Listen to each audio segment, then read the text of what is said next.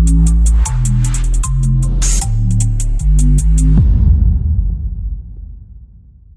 Fire વિભાગ દ્વારા mock ડ્રીલનું આયોજન કરાયું. મોટા વરાછકાથી મેળામાં મોક ડ્રીલ યોજવામાં આવ્યું. ફાયર વિભાગની ટીમ દ્વારા લોકોને રેસ્ક્યુ કરવામાં આવ્યા. કોઈ આગની ઘટના ન બને તો કેવી રીતે કામ કરવી તેની સમજ આપવામાં આવી. ફાયર વિભાગ દ્વારા લોકોને પણ ઘટના સમયે કઈ રીતે બચવું તેની સમજ આપવામાં આવી. મેળામાં કોઈ દુર્ઘટના બને તો સ્ટાફ દ્વારા શું શું કરવું તેની માહિતી આપવામાં આવી. जी सर, आपનું નામ? Hardik Patel, divisional fire officer. Sir, આજે શું કાર્યક્રમ રાખવામાં આવ્યો? આજે જે વરાછા ઝોન બી વિસ્તારની અંદર ઉત્તરાયણ એરિયા છે તેમાં ગજેરા કમ્પાઉન્ડ પાસે એક મેળાનું આયોજન કરેલું છે. તો એ મેળાની અંદર પબ્લિક અવેરનેસને લઈ એક મોકડ્રીલનું આયોજન કરેલ હતું.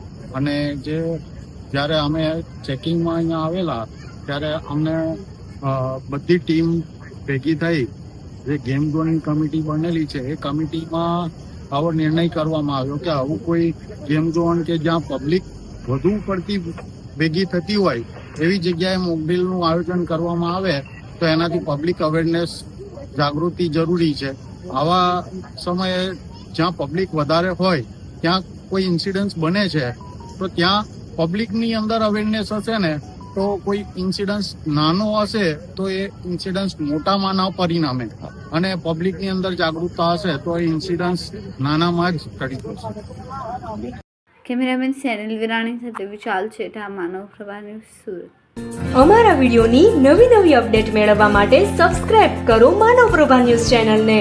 બેલ આઇકન ક્લિક કરો લેટેસ્ટ વિડીયો સૌથી પહેલા મેળવવા માટે.